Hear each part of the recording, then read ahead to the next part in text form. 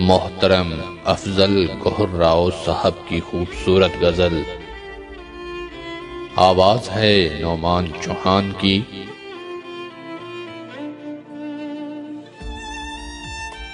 रात ही तारीख थी, सो ख्वाब काला रह गया। आंख में उड़ते हुए मंजर का जाला रह गया।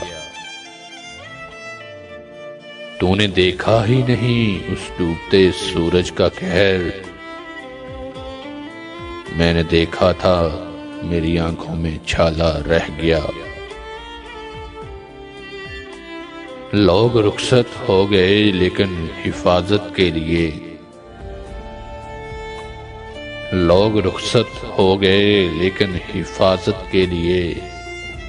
घर के दरवाजे पे एक लोहे का ताला रह गया।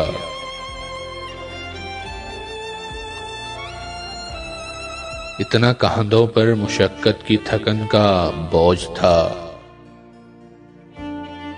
इतना कंधों पर मुशक्कत की थकन का बोझ था।